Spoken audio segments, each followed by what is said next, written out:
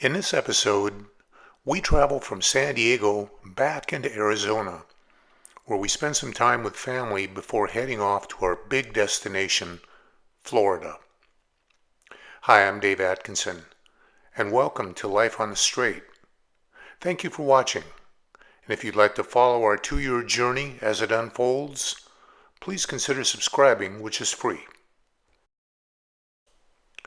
We departed Chula Vista on the morning of the 15th, with our next stop, the Camping World store in Mesa, Arizona, 415 miles away. It would be a long day of mostly freeway travel, first on Interstate 8 and then on Interstate 10 into the Phoenix area.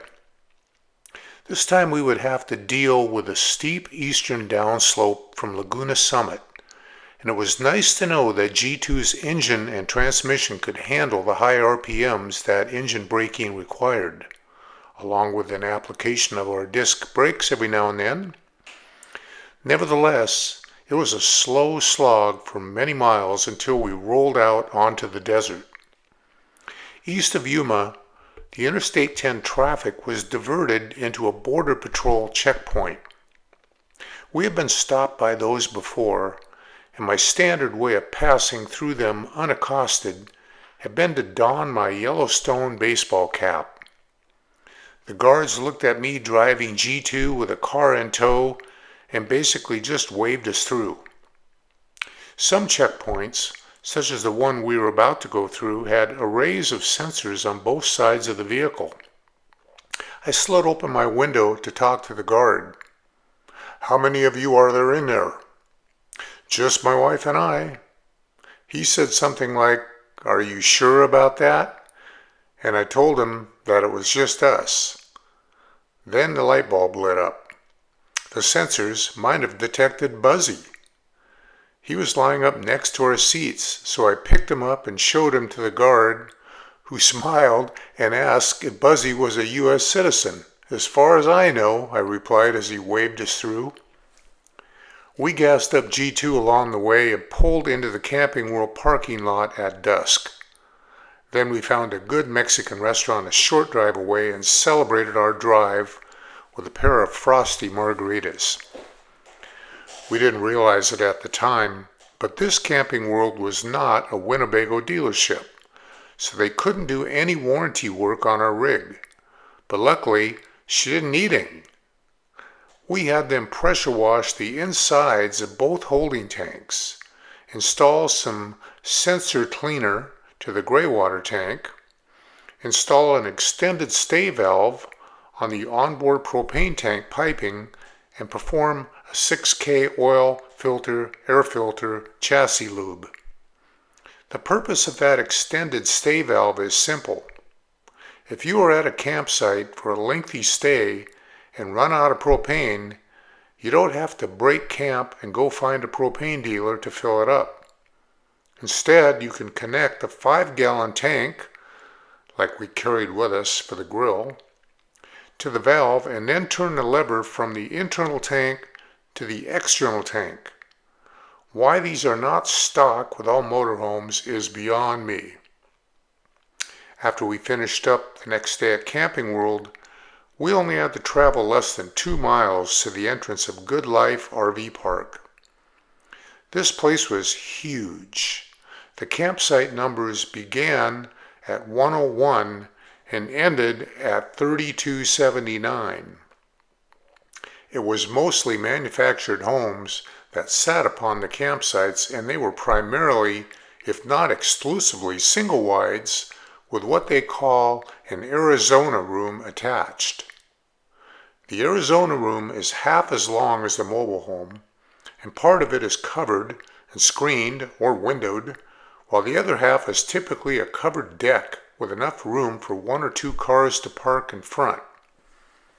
We heard from somebody that this kind of RV park, and they were everywhere in Greater Phoenix area, needed to reserve a certain number of spaces for visiting RVs in order to keep their classification as an RV park and not a housing development, implying that there must be tax implications for doing so. In any case, they had a spot for us. The park assigned us to a corner site, and luckily Steve and Ann, coming here from Death Valley, were there to assist Amy in helping to guide me in because we were missing our neighbor's Arizona room by inches as I tried to maneuver G2 into our assigned space. And the sidewalk also had some restrictions as to how far I could move. In all our travels, this was the tightest spot we ever stayed at. Once we got all settled in, we made a Costco and Walmart grocery run, plus we stopped at the Camping World store to buy a better type of water pressure regulator, one with a pressure dial that you could also adjust. Steve and Ann were staying at Palm Gardens, which was a smaller but similar resort about a mile west of us on the same highway, so we probably followed them back to check out their place. Their friends Carl and Lynn lived there in a single wide, but had purchased a larger space within the resort for a double wide that they were having built. Both of us hit it off with Carl and Lynn, and they soon became our friends as well. Good Life RV Park was part of the huge Cal-Am Resorts chain, and one of their other resorts, Valle del Oro, was less than 9 miles away. Our good friends from Kingston, Les and Kim, owned a manufactured home with an Arizona room residence in that park, and they happened to be down in Arizona as we were, so we had plenty of socializing planned for the coming week. Les had told me about these resorts and all the amenities that they have on hand, but until you see it in person, you are simply not prepared. Here's what Valle del Oro had to offer: swimming pool, lap pool, 2 spas, big name concerts, 8 lighted bocce ball courts, 6 lighted pickleball courts, 16 lighted shuffleboard courts, 6 lighted tennis courts, softball field, horseshoe pits, lighted ladder golf area, putting green, fitness center, personal trainers, water aerobics, Zumba, salon, massage therapy, patio grill and poolside tiki bar, happy hours with live music 5 nights a week, Saturday night dances, Friday night fish fry with live music and dancing, dog agility parks, billiard room with 16 tables, 1,500 square feet state-of-the-art workshop, card room, pottery studio, stained glass studio, ceramic studio, arts and crafts room, china painting, quilting and sewing room, leather shop, large model train area, model airplane room, radio control cars, country store, computer lab including teachers, internet cafe, large ballroom, line dancing classes, square dancing classes, ballroom dancing classes, theater room, commercial kitchen with event catering, non-denominational church services, chapel choir, 4 laundry facilities, and a U.S. post office. Whew. They also have shuttles that take seniors to the casinos, golf courses, and other attractions, plus they have massive bingo games at least once a week and probably more. Good Life didn't have quite as many amenities, but it still had a lot of them, including batting cages, educational classes, and a library. If you are, or choose to be, an active senior, you should take a hard look at these parks. One warm evening, Amy and I went out for a walk around the Good Life Park. It almost felt surreal, as if we were in a Disney-like theme park for seniors. Nearly every housing unit's deck had people sitting outside, often with friends and neighbors having drinks of some sort. Strangers would invite us to join them if we wanted to. The different sites had flags out, some United States, others Canada, still others the states that they came from. People are out walking, bicycling, or driving carts or scooters, and the outdoor gaming areas were full of people playing. Given the heat of summer, it would be a tough place to live in year-round. But for those snowbirds visiting from Canada or the other colder states over the winter months, what a wonderful, safe, and friendly place to call home. I say safe because you can't just drive in, but you need to get through a security kiosk at the entrance. When we went to visit our friends from Kingston, they needed to let security know in advance to let us in. We had originally planned on staying in Mesa for a few weeks, but after I had time to sit down and plot our course towards Florida in more detail, we changed our reservation at Good Life to just 1 week. Other than grocery shopping, getting our haircuts, visiting Kim and Les at their park, and securing Amy's meds at the nearest Walmart, our sightseeing outings were sparse. On February 19th, Amy joined Steve, Ann, Carl, and Lynn at nearby Emerald Park for a game of frisbee golf. Evidently, Carl was an avid enthusiast with his own set of discs, and for what Amy told me, they all had a lot of fun. I'm not sure why I didn't join them other than they started early, and sometimes I'm just not a morning type of guy. We stayed close to home the next day and ended up playing bingo in our park that evening. On the 21st, we all jumped into our car and headed off to the ghost town / new tourist town of Goldfield.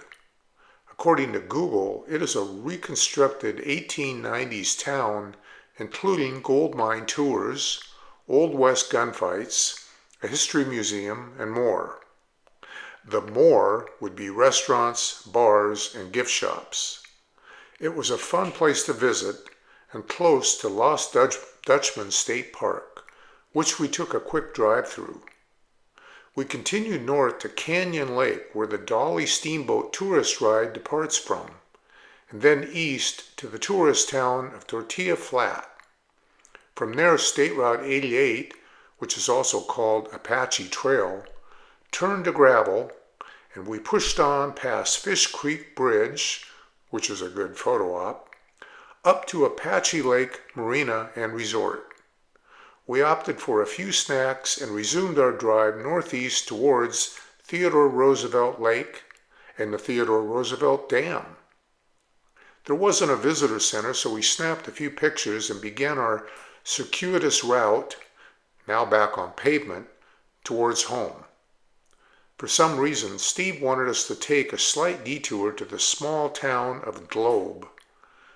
We got out and walked around, but it was pretty much a town that the world had forgotten.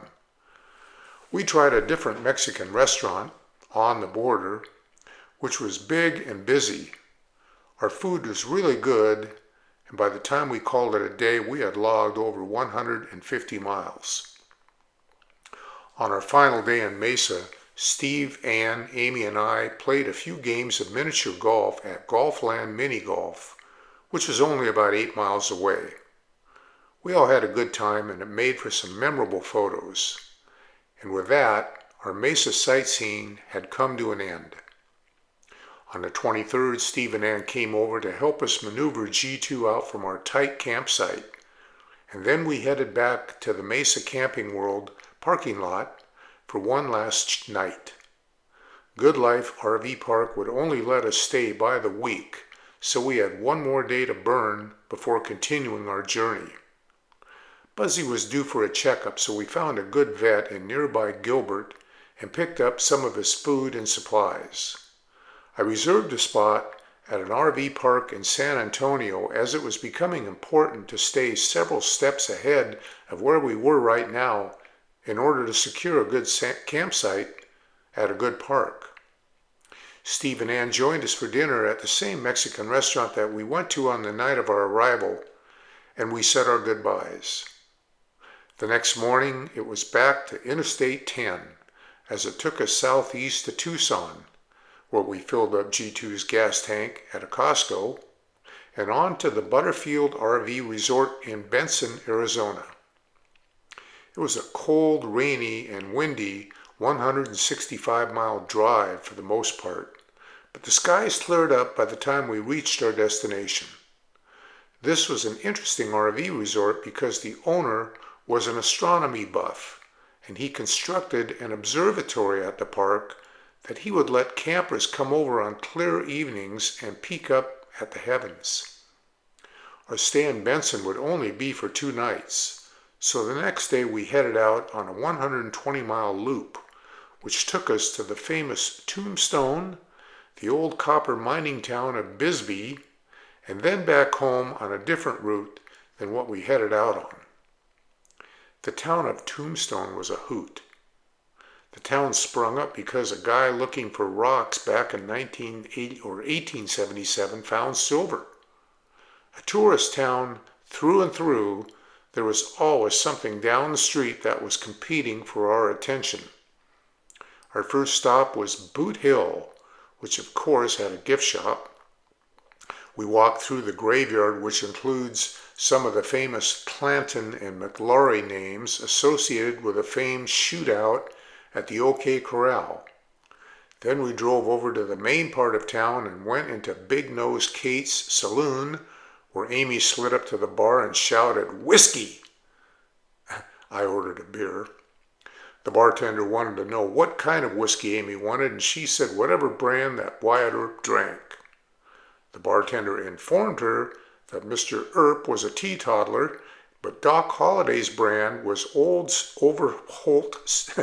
Overholt Straight Rye Whiskey, so that's what Amy ordered. We went into the basement of the saloon, where an abandoned tunnel headed off to intersect with other silver mine claims.